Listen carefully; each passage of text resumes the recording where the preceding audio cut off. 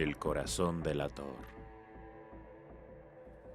Es verdad, soy muy nervioso, horrorosamente nervioso, siempre lo fui, pero ¿por qué pretendéis que esté loco?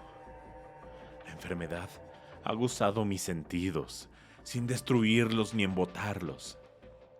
Tenía el oído muy fino, ninguno le igualaba. He escuchado todas las cosas del cielo y de la tierra, y no pocas del infierno. ¿Cómo he de estar loco? ¡Atención! Ahora veréis con qué sano juicio y con qué calma puedo referirles toda la historia. Me es imposible decir cómo se me ocurrió primeramente la idea, pero una vez concebida, no pude desecharla ni de noche ni de día. No me proponía objeto alguno, ni me dejaba llevar de una pasión. Amaba al buen anciano, pues jamás me había hecho daño alguno, ni menos insultado. No envidiaba su oro, pero tenía en sí algo desagradable. Era uno de sus ojos. Sí, esto es. Se asemejaba al de un buitre y tenía el color azul pálido. Cada vez que este ojo fijaba en mí su mirada, se me helaba la sangre en las venas. Y lentamente, por grados, comenzó a germinar en mi cerebro la idea de arrancar la vida al viejo, a fin de librarme para siempre de aquel ojo que me molestaba. He aquí el quid.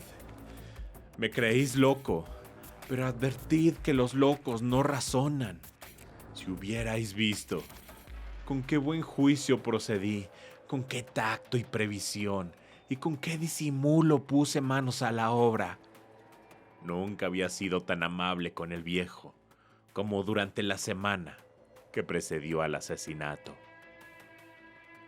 Todas las noches, a eso de las 12, levantaba el picaporte de la puerta y la abría, pero ¡qué suavemente! Y cuando quedaba bastante espacio para pasar la cabeza, introducía una linterna sorda bien cerrada para que no filtrase ninguna luz y alargaba el cuello. ¡Oh! Os hubierais reído al ver con qué cuidado procedía. Movía lentamente la cabeza, muy poco a poco, para no perturbar el sueño del viejo. Y necesitaba al menos una hora para adelantarla lo suficiente a fin de ver al hombre echado en su cama. ¡Ah!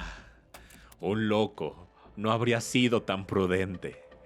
Y cuando mi cabeza estaba dentro de la habitación, levantaba la linterna con sumo cuidado. ¡Oh! ¡Con qué cuidado! ¡Con qué cuidado! Porque la charnela rechinaba. No la abría más de lo suficiente para que un imperceptible rayo de luz iluminase el ojo del buitre. Hice esto durante 7 largas noches, hasta las 12, pero siempre encontré el ojo cerrado y, por consiguiente, me fue imposible consumar mi obra, porque no era el viejo lo que me incomodaba, sino su maldito ojo. Todos los días, al amanecer, entraba atrevidamente en su cuarto y le hablaba con la mayor serenidad, llamándole por su nombre con tono cariñoso y preguntándole cómo había pasado la noche. Ya veis, por lo dicho, que debería ser un viejo muy perspicaz para sospechar que todas las noches, hasta las 12, le examinaba durante su sueño. Llegada la 8ª noche, procedí con más precaución aún para abrir la puerta. La aguja de un reloj se hubiera movido más rápidamente que mi mano. Mis facultades y mi sagacidad estaban más desarrolladas que nunca, y apenas podía reprimir la emoción de mi triunfo. Pensar que estaba allí, abriendo la puerta poco a poco, y que él no podía ni siquiera soñar en mis actos. Esta idea me hizo reír, y tal vez el durmiente escuchó mi ligera carcajada, pues se movió de pronto en su lecho, como si se despertase. Tal vez creéis que me retiré, Nada de eso.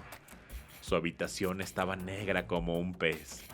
Tan espesas eran las tinieblas, pues mi hombre había cerrado herméticamente los postigos por temor a los ladrones, y sabiendo que no podía ver la puerta entornada, seguía empujándola más, siempre más. Había pasado ya la cabeza y estaba a punto de abrir la linterna, cuando mi pulgar se deslizó sobre el muelle con que se cerraba y el viejo se incorporó en su lecho exclamando: ¿Quién anda ahí? Permanecí inmóvil sin contestar. Durante 1 hora me mantuve como petrificado, y en todo este tiempo no le vi echarse de nuevo. Seguía sentado y escuchando, como yo lo había hecho noches enteras. Pero he aquí que de repente oigo una especie de queja débil, y reconozco que era debida a un terror mortal. No era de dolor ni de pena. ¡Oh, no! Era el ruido sordo y ahogado que se eleva del fondo de un alma poseída por el espanto. Yo conocía bien este rumor, pues muchas noches, a las 12, cuando todos dormían, lo oí producirse en mi pecho, aumentando con su eco terrible el terror que me embargaba. Por eso comprendía bien lo que el viejo experimentaba y le compadecía, aunque la risa entreabriese mis labios. No se me ocultaba que se había mantenido despierto desde el primer ruido.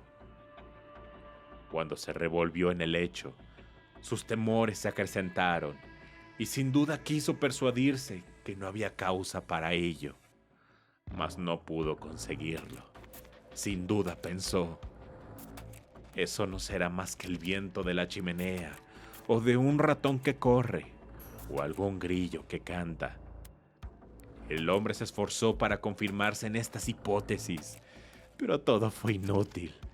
Era inútil, porque la muerte, que se acercaba, había pasado delante de él con su negra sombra, envolviendo en ella a su víctima, y la influencia fúnebre de esta sombra, invisible, era la que le hacía sentir, aunque no distinguiera ni viera nada, la presencia de mi cabeza en el cuarto. Después de esperar largo tiempo, con mucha paciencia, sin oírle echarse de nuevo, resolví entreabrir un poco la linterna, pero tampoco, que casi no era nada. La abrí tan cautelosamente que más no podía hacer, hasta que al fin un solo rayo pálido, como un hilo de araña, saliendo de la abertura, se proyectó en el ojo del buitre. Estaba abierto, muy abierto, y no me enfurecí apenas le miré. Le vi con la mayor claridad, todo entero, con su color azul opaco, y cubierto con una especie de velo hediondo que heló mi sangre hasta la médula de los huesos. Pero esto era lo único que veía de la cara o de la persona del anciano, pues había dirigido el rayo de luz, como por instinto, hacia el maldito ojo. ¿No os he dicho ya que lo que tomabais por locura no es sino un refinamiento de los sentidos?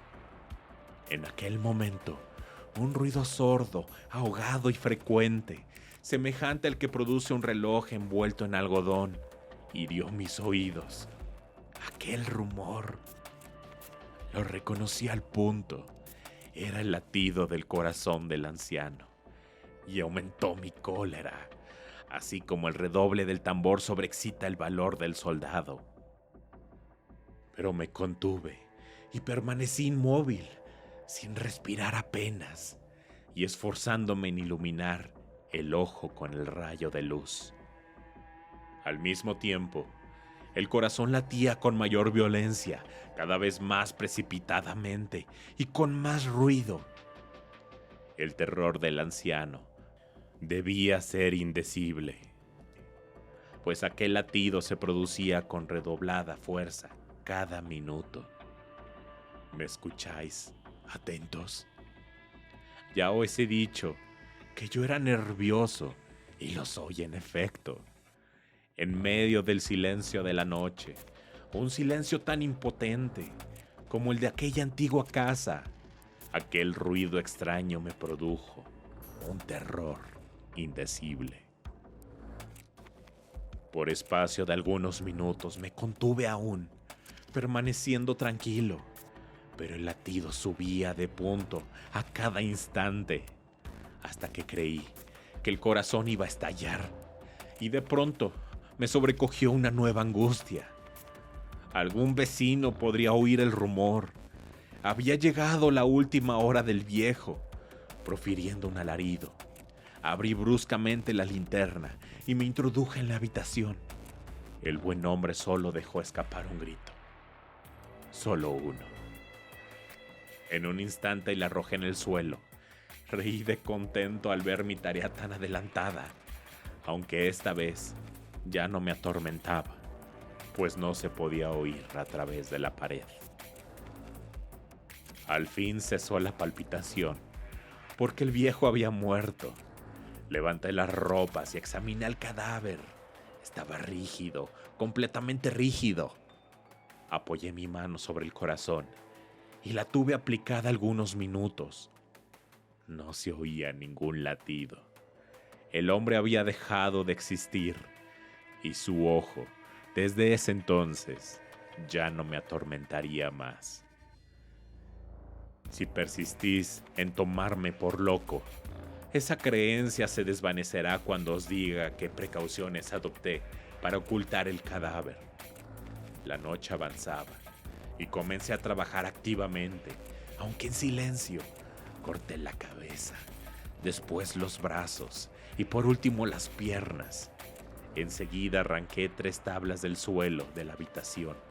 Deposité los restos mutilados en los espacios huecos y volví a colocar las tablas con tanta habilidad y destreza que ningún ojo humano, ni aún el suyo, hubiera podido descubrir nada de particular. No era necesario lavar mancha alguna, gracias a la prudencia con que procedía. Un barreno la había absorbido toda. Terminada la operación, a eso de las 4 de la madrugada, aún estaba tan oscuro como a medianoche, cuando el reloj señaló la hora. Llamaron a la puerta de calle y yo bajé con la mayor calma para abrir, pues, ¿qué podía temer ya?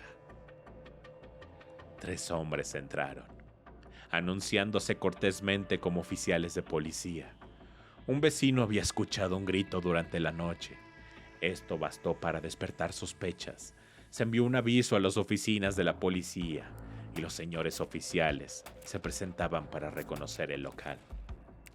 Yo sonreí, porque nada debía temer. Y recibiendo cortésmente a aquellos caballeros, les dije que era yo quien había gritado en medio de mi sueño. Añadí que el viejo estaba de viaje y conduje a los oficiales por toda la casa, invitándoles a buscar, a registrar perfectamente. Al fin entré en su habitación y mostré sus tesoros, completamente seguros y en el mejor orden.